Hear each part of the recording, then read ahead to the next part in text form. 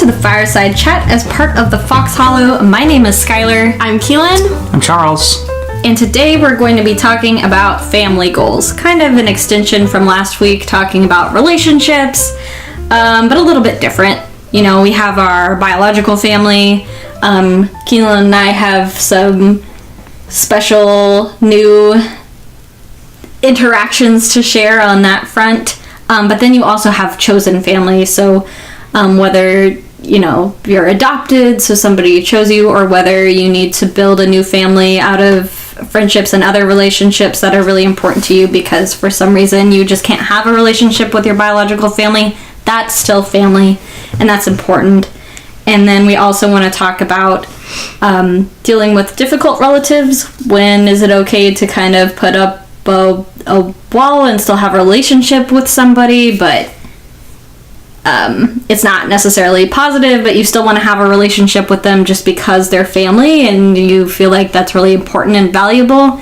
And when it's time to walk away from a relative because they are just too toxic and it's not good for you in your own life. Okay. So I said earlier before we started the podcast, but I'll say it again for the podcast, I do think the phrase, "it's complicated," is the title of this episode. Given to us by a kind donor of phraseology, so... That's going to be the title. That is the title of this, because it is complicated, absolutely. It's complicated. I mean, yeah, the best thing Facebook ever did was offer that as a relationship status, because it's true for us in relationship with our family broadly. Yes. So, biological family, that's pretty obvious, right? There's these relationships, but it's not obvious when those relationships become strained, toxic, tough. What do you two think about that?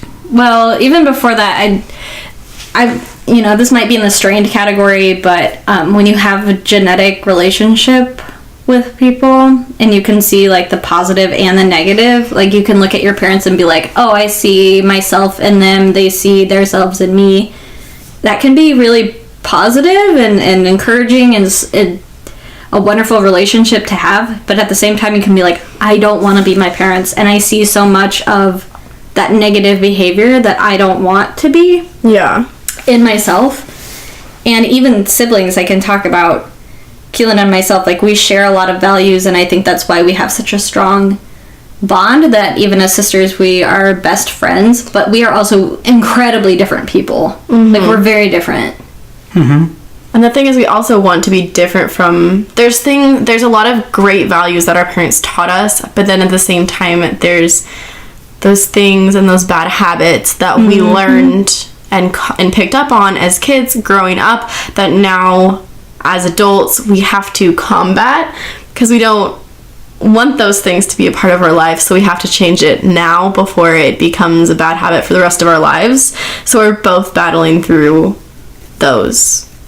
Unfortunately. And we could talk a little bit more about that in some future episodes, because we've talked about other goals, like career goals. Like, sometimes you walk in the same kind of footsteps as your parent. Like, if they were a doctor, you might want to become a doctor too, like looking up at your parent in a heroic way. But then other times you see the mistakes that your parents make and you're like, I don't want to make those same mistakes. I want to take a different path. I want to change my family's legacy. And that's really important introspection to have. And not to say that you can say that your parents are bad, that they might just be great people and they took a different path, but that you love your parents, but you want a different life for yourself and maybe for your own children or your own relationships, because you saw how bad something turned out for them. Yeah. You know? Yeah, I mean, I think that's the joy of a healthy family dynamic, is you can look at your parents' journey and or they share it with you freely, and you can learn from it as you're also learning from your own life journey. That's a really wonderful thing. I'd say your own parents are really great examples of that. They try to tell you girls what worked for them, what didn't, and then they let you live your own life and have your own life walk, which is... Yeah, they don't expect us...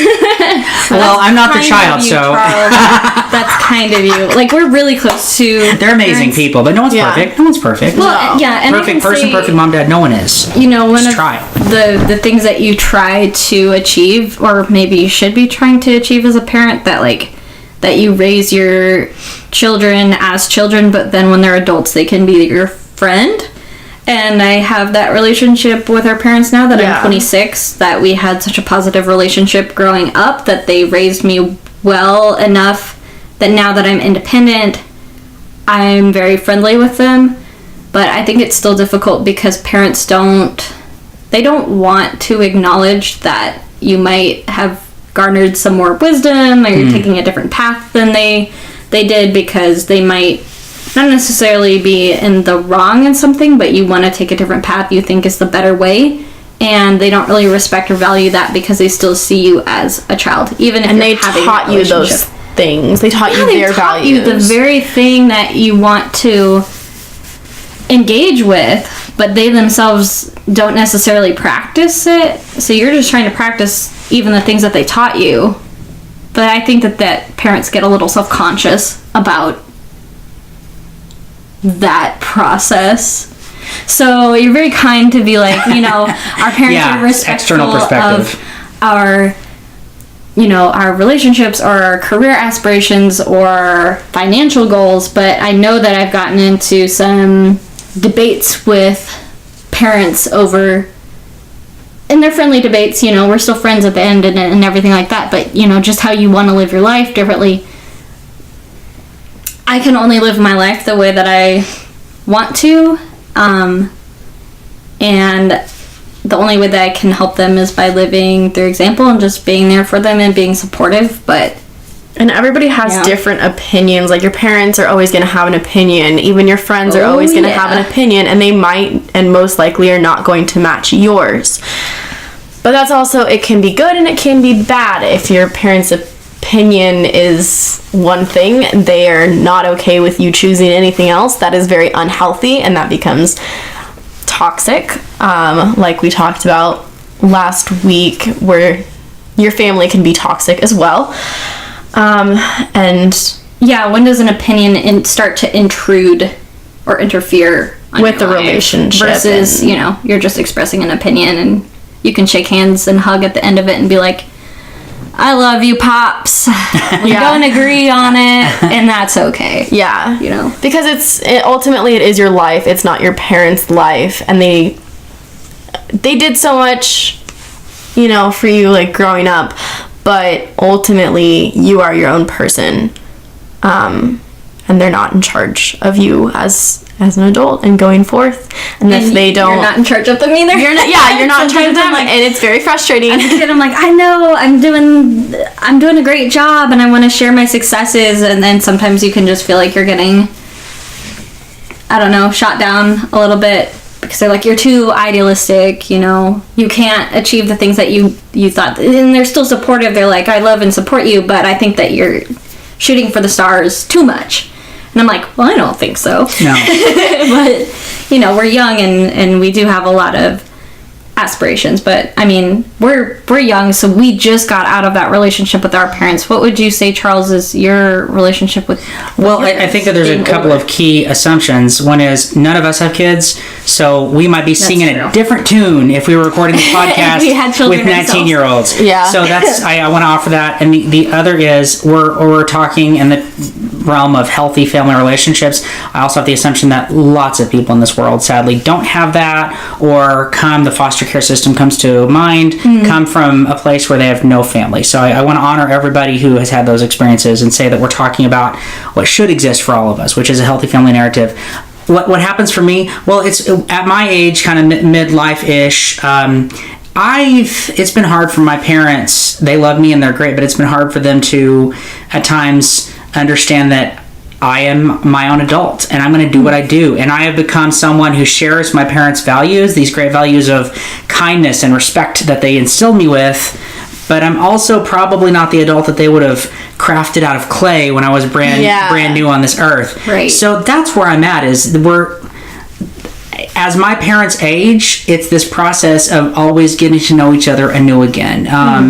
And that's such a wonderful process when it's done healthfully. Because mom and dad, I struggle from wanting to control their life. That's also part of where I'm at, Schuyler, is wanting to make choices for them. And, oh, no, you should do it this way, that. They're still of sound mind. They are still doing their own thing, and their choices are theirs and mine are mine. Yeah. And that's the hard life. That's the hard life of doing the healthy thing, knowing that everybody's an adult. You're going to do what's right for you and make your own decisions, and that's what you got to do, right? Yeah, and still being able to come and sit around the holiday table and enjoy a meal together. Absolutely.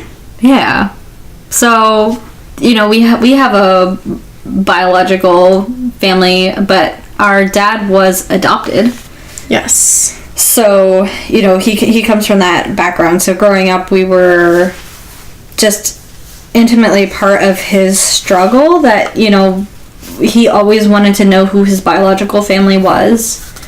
To us, and I always hoped that, I understood that he wanted to know who that was, but hoping that even if he never discovered who his biological family was, that we were enough, that he was always happy and felt loved and content with the family that he built. Yeah. And I think that's the case. He's just an exceptionally curious person. But it just so happens that that his birth records were open and available this last year from Missouri, and that we were able to locate his biological family. And so this year has really been interesting in attempting to reach out and rediscover a whole different aspect of who we are, because we know my mom's family very well. They all live in town, really locally. We've known them our whole lives. Yes, yeah. But this is, totally new. We had territory. Yeah, we had no idea who they were. Wow. Biologically, anything like that. What they've been through, both. And adoption is a lot of struggle. There's a lot of struggle with that, surrounding what health complications you might have, if you're prone to some disease or cancer or something. That's very important to know. But when you have a closed adoption, it's hard to get that information. So now he's 67 and finally learned who his family is, and that's a long time not knowing who your mom was. Yeah, we still don't know who his bio dad was, and we probably never will at this point, but even then, he has half sisters. Yeah, and he reached out to them, and one responded. That's outstanding. And so over the past few months, it's been trying to build that relationship and new family, new start, new family relationships, and a whole new family side of the family that we didn't know. Right, it's you're genetically linked to this person, so you can see similarities in them just through that genetic component. Yeah. But then it's also discovery, because they're a totally new person that you've never met before, but they've lived a whole life. Family. And you've lived a whole life. And it's you're almost paralleled, how close yet so far away you were from each other. His family had been in Kansas, Oklahoma, Texas, and even is it a niece up in Omaha now. So it was so close, yet we had no idea that they were living in the same vicinity. It's not so they were halfway across the country. It's a state away. So. Or where he used to live, even. Yeah. We used to live in Kansas. Never would have known. Just strange. Intriguingly close. Yes. And then he's almost 70 and finding out more about himself. Better late than never. But it's this new start of family and ties, and I'm happy for him. There's probably lots of people who can share similar narratives. Yeah, that's really cool. Yes. And so families always growing, whether it's adoption and figuring out who your family was and is through ancestry, discovery, all that stuff, but also choosing growing to have children and build Charles, their own like you said family. earlier, none of us have kids. Yeah. Eventually, we don't have that perspective here. One of us likely will have a kid. It's mostly me.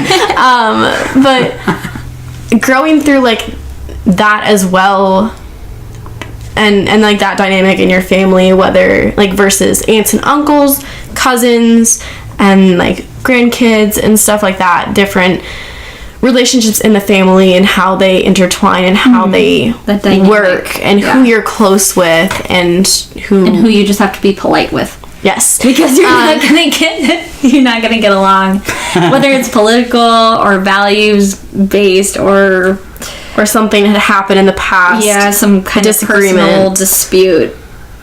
But yeah, so there's biological family, and you might have adoptive family, but there's also chosen family. Yeah. And this is a phrase that comes from you, Charles. Absolutely. Which I hold very dear, because to me, you're part of my chosen family. 100% so likewise. we talk about friendships, but even deeper than that, those like long friendships that are really important. Mm-hmm. Like you're like an older brother or an uncle. Absolutely, to me. Absolutely. That's so important for me. And again, longer story. Don't need to go into it because I have in prior episodes. But for me, as a gay man of a certain age, coming of age, it's meant that some family and some in-laws even didn't accept me and wanted nothing to do with me, or made really horrible comments that just meant that I really couldn't have a relationship with them. Yeah. And other things as well. So for me, family by birth and by genetics I have a very small family with whom I'm sort of related and still have contact on this earth. And I'm very blessed. My mom, my dad, and my brother,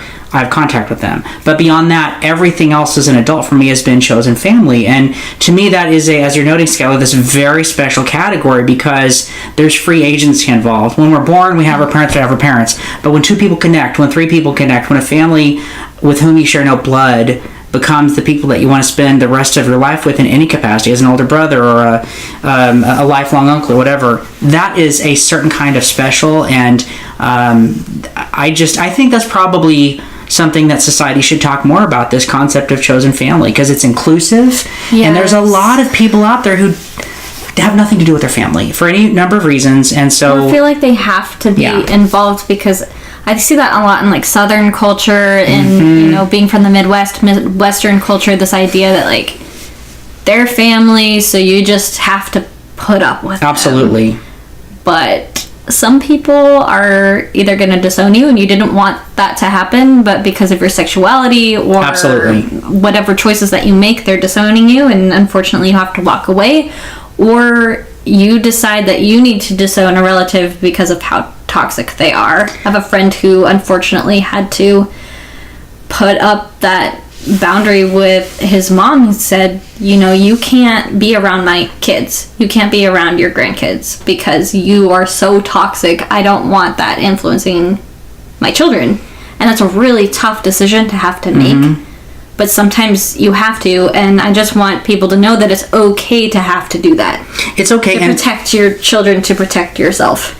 Well, and I once had someone ask me, how do you know when you should spend time around your chosen family or your family by birth? And my answer is always, with whom can you be your true authentic self? To me, that's the litmus test. If I can't be, and I don't, we all have times where, you can't be yourself around grandma so-and-so, on a Friday because she had too much liquor or whatever. She's got conservative beliefs. Like, but you're not going to curse haul. around your great-grandma. Right, but like long haul. If I can't be my authentic self and be embraced, then that's not a relationship I need in my life. Yeah. If that's the way it is. So authenticity really matters when we're talking about family, in my own opinion anyway. So we do have to wrap up this episode.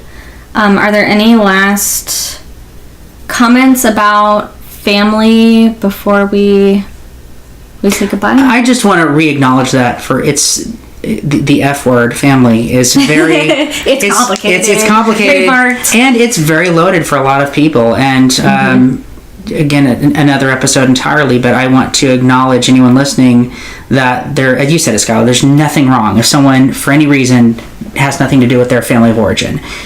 We chart our path in life, and we find our chosen family as we three have. So I just want to acknowledge that. I think that's important, that there's no shame in having nothing to do with your family if that decision was made for your own health, frankly. You shouldn't hate the people that you call family. Amen. That's the best way to say it. You shouldn't despise being around them.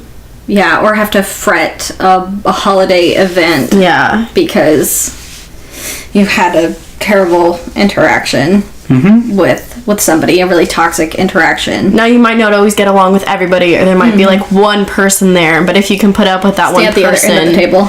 Don't interact. the rest should all fall into place. So. Absolutely. Right. And I would just say, especially from an attorney perspective, where I'm really focused on my career, that having a healthy work-life balance is incredibly important, that you don't forsake your family and your social interactions for your work. Even if it's really important, it's more important to have that balance in life. Like, yes, you're providing for your family by going to work, but that you're not neglecting your family, because that's who you're fighting for. That's who you're providing for. And that's so important to maintain those healthy relationships, or hopefully healthy relationships in your life, that you're nurturing your family, not pulling away from them. Okay, our next week's episode, we're going to be covering intellectual goals. That means education and skill building, reading books, and other fun things that we can do in our lives to self-improve. This can also include like meditation, and introspection in our lives. These are intellectual and emotional goals that we can pursue in 2019. So I do hope that you join us for that episode, and we hope to see you next week. If you like what we're doing here, please consider becoming a supporter of the show. The Fireside Chat podcast is part of a new entertainment hub called The Fox Hollow. We'll have shows about money, gaming, music, legal comedy, and more on YouTube, and we post new Fireside Chat episodes every Monday. If you'd like to ask a question or submit a public comment to be shared on the podcast, please email us at thefoxhollowhub@gmail.com. And if you'd like to support the podcast, please become a patron by donating at patreon.com/thefoxhollow, linked in the description below. You can follow us on Instagram at thefoxhollow.yt, and if you like what you hear, please like and subscribe, and don't forget to hit the notification bell so you never miss another podcast or video. And you should check out Robinhood if you haven't already. Robinhood is an online investing and banking app. They give the power back to the people by not charging fees or commissions when you go to buy and sell stocks. Please use this referral code to get started. share.robinhood.com/SCHUYLG7. You'll receive one free share of a random stock, and you have the chance to win some big name investments like Apple and Berkshire Hathaway. By using this referral code, both you, the listener, and myself will receive a random share of stock. This is a great way to give back to the show while also getting a gift in return. We post new podcasts every Monday. Thank you so much for listening, and see you next week.